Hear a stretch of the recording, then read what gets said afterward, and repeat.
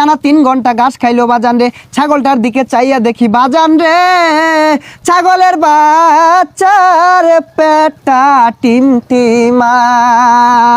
আরে কথা কোন ঠিক কিনা? হেই মিয়া কি ঠিক? এটা কোন ওয়াজ হইলো? আইরা করে ওয়াজ করুন আর বালা বালা বক্তা দুর্নাম করুন, এর লেগে তো অন্য করে মাহফিলে লোক হয় না। ওরে দর্শক ভাইয়ারা, আমি একটা জিগির ধরবো বাজান রে, আমার সাথে সাথে আপনারাও জিগিরটা ধরবেন। দেশে আইলো আইডল বক্তা, আঙ্গর যত মাথা ব্যথা। দেশে আইলো আইডল বক্তা, আঙ্গর যত মাথা ব্যথা। তার মাহফিলে 20 লাখ মানুষ, আঙ্গর মাহফিলে নাইকা।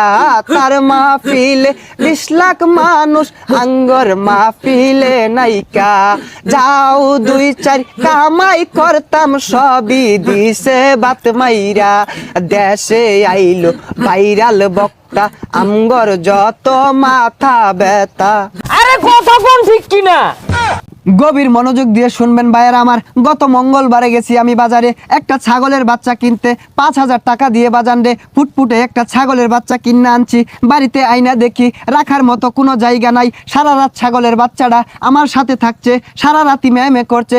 সকালে উইটা আমি ভাবলাম ছাগলের বাচ্চাটারে তো কিছু খাওয়ানি দরকার। তারপরে মাঠে নিয়ে গেলাম, টানা 3 ঘন্টা ঘাস খাইলো বাজান রে। ছাগলটার দিকে চাইয়া দেখি বাজান রে, ছাগলের বাচ্চার পেটটা টিমটিমা।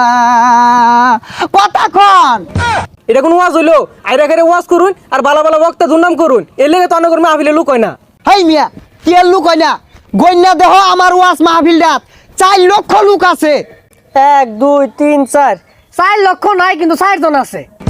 ওইসে আর বন্ডামি হলাম না।